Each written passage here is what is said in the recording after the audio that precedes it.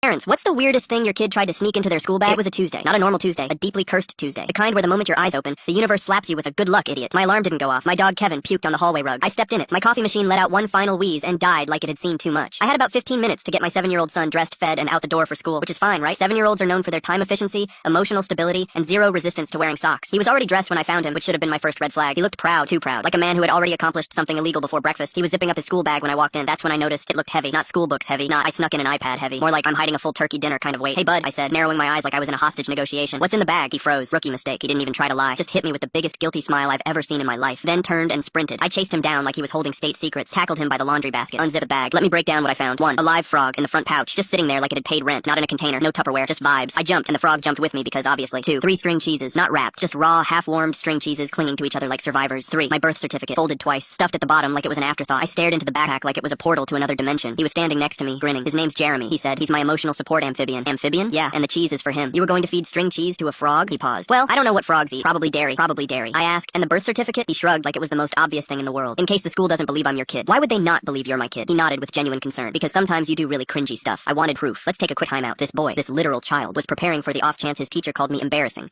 And instead of using logic or say our matching last names, he thought the best way to prove paternity was smuggling my government-issued birth certificate into a frog sanctuary disguised as a school backpack. I took a deep breath, counted to 10, and said, "Why is the cheese warm?" Oh, I slept with it under my pillow. I didn't want Jeremy to get cold. I didn't even know who Jeremy was yet, and I already hated him. We stood in silence. I was holding a frog. There were cheese strings stuck to my fingers. The birth certificate was damp for some reason I still don't fully understand. Okay, I said. You're not bringing Jeremy, the cheese, or my legal documentation to school. Understood? He sighed, not like a kid, like a man who's been through war. Fine, but if I have a bad day, it's your fault. Flash forward. I drop him off. He walks into the building like I've personally failed him. I get to work. I'm exhausted. I smell like frog, whatever. Then around noon, I get a call from the school. Hi, this is the front office. We just wanted to check. Did you mean to pack a frog? My soul left my body. Turns out he had a backup frog. That's right. Jeremy number 2 was zipped into the side pocket. Alive. Slightly cheesed. I had to leave work, pick up the frog, sign a formal no animal transport warning, and listen to the vice principal try to explain the situation with a straight face. When I got home, I found my son on the floor drawing. Not pictures. A blueprint. A sketch of a backpack with frog compartments and a little built-in mini fridge for Jeremy's cheese supply. He looked up at me and said, "You ruined the prototype." I ruined the prototype. So now my son is grounded. My birth certificate is wrinkled. My coworkers think I run a side hustle in exotic pets. And Jeremy? Jeremy lives in the backyard now, in a makeshift frog condo made of Tupperware and popsicle sticks. Every morning my son salutes him before school like he's a tiny cheese-fueled war hero. And me? I've learned to double-check every zipper, every pouch, and every child-sized smirk. Because if this kid ever gets his hands on my passport, we're all screwed.